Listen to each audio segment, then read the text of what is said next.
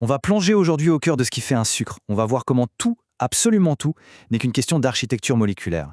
Et l'idée de base, elle est toute simple, mais ses conséquences sont immenses. Il suffit de déplacer un seul petit atome pour que tout change. Alors, petite question pour commencer. Qu'est-ce qui peut bien relier le sucre qu'on met dans son café, le bois d'un arbre et même, tenez-vous bien, la molécule qui contient notre code génétique? Eh bien, la réponse est surprenante de simplicité, leur squelette. Ils sont tous construits à partir de glucides. Première partie, donc, les glucides. Il faut bien comprendre pourquoi ils sont absolument partout et pourquoi ils sont si importants. Les glucides, ou les sucres si on veut parler plus largement, ce n'est pas juste un truc dans notre alimentation. Non, ce sont les molécules organiques les plus abondantes sur Terre. Elles sont littéralement partout. Et leur fonction dépasse de très très loin l'idée de simple carburant. Il faut s'imaginer qu'ils forment la charpente des plantes, avec la cellulose, qu'ils servent de carte d'identité à la surface de nos cellules, c'est ce qui définit nos groupes sanguins par exemple. Ils sont même un morceau essentiel de notre ADN. C'est dire à quel point ils sont centraux. Et pourtant, derrière cette incroyable complexité, leur composition chimique est d'une simplicité presque déroutante. On les appelle des hydrates de carbone parce qu'en fait c'est juste ça, du carbone, de l'hydrogène et de l'oxygène, souvent dans des proportions très simples. C'est fou de penser que toute cette diversité part d'une formule aussi basique.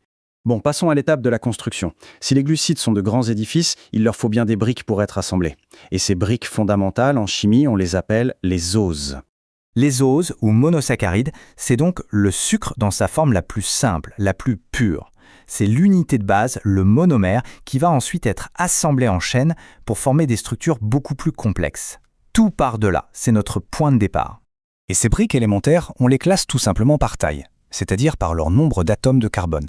Il y a par exemple les pentoses, à 5 carbones, comme le ribose qu'on trouve dans l'ARN, mais la catégorie qui nous intéresse le plus aujourd'hui, c'est celle des hexoses, à 6 carbones. C'est la famille du sucre le plus célèbre de tous, le glucose. Et c'est là qu'on arrive vraiment au cœur du sujet. Parce que ce qui compte, ce ne sont pas seulement les atomes, c'est la façon dont ils sont organisés dans l'espace. Tout, absolument tout, est une question d'architecture en 3 dimensions. Alors, ce concept, ça porte un nom un peu savant, la stéréoisomérie. Mais en réalité, l'idée est très simple. C'est comme si on avait exactement les mêmes pièces de Lego, mais qu'en les assemblant différemment, on créait des objets totalement distincts. C'est exactement ce qui se passe à l'échelle d'une molécule. La Sursol l'exprime d'ailleurs très bien, je cite, « Ces formes sont asymétriques et la structure de l'une correspond à l'image de l'autre vue dans un miroir. Ça donne des molécules qui sont des images miroirs l'une de l'autre, mais qu'on ne peut pas superposer. L'exemple parfait, ce sont nos mains. La main gauche est l'image miroir de la droite, mais impossible de les faire coïncider parfaitement. » Regardez bien ça, à gauche le D-glucose, à droite le L-glucose. La formule chimique est strictement la même, la seule, unique différence, c'est la position de ce petit groupe OH sur un carbone précis. À droite pour la forme D, à gauche pour la forme L. C'est une différence qui semble minuscule, mais elle est fondamentale. Seule la forme D est utilisée massivement par le vivant. Notre corps est fait pour elle, et seulement pour elle. Alors, à partir d'une seule formule de base, celle d'un hexose, comme le glucose, combien de molécules différentes peut-on créer juste en changeant l'arrangement dans l'espace? La réponse est 16. 16 versions différentes avec exactement les mêmes atomes, juste organisées un peu différemment. C'est énorme. Allez, pour cette dernière partie, on va zoomer encore plus. On oublie l'image miroir complète. On va voir ce qu'il se passe quand on ne change qu'un seul petit groupe d'atomes sur un seul carbone. Et on va voir que les conséquences biologiques sont juste gigantesques.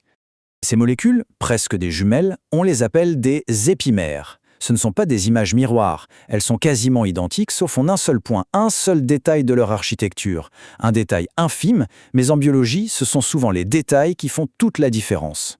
Et voici l'exemple parfait. Le glucose et le galactose, 2 sucres très courants. Ils sont presque identiques. La seule et unique différence, elle se trouve sur le 4e carbone. Il suffit de regarder ce groupe OH, il pointe vers le bas pour le glucose et vers le haut pour le galactose. Tout le reste est absolument pareil. Le point crucial, c'est que notre organisme, lui, est capable de voir cette différence minime. Pour pouvoir utiliser l'énergie du galactose, il est obligé de le transformer d'abord en glucose. Et pour ça, il a une enzyme ultra spécialisée, une épimérase, dont le seul et unique travail, c'est de faire ce petit basculement architectural. Et voilà où tout se joue. Si cette enzyme, cette petite machine moléculaire est défectueuse à cause d'un problème génétique, la conversion ne peut plus se faire. Le galactose s'accumule dans l'organisme et il devient toxique. C'est ce qui est à l'origine d'une maladie grave, la galactosémie congénitale.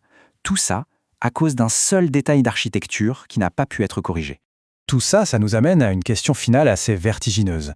Si la position d'un seul atome peut faire la différence entre une source d'énergie et une maladie, quels autres secrets incroyables sont encore cachés dans l'architecture invisible qui gouverne le monde du vivant? La question reste ouverte.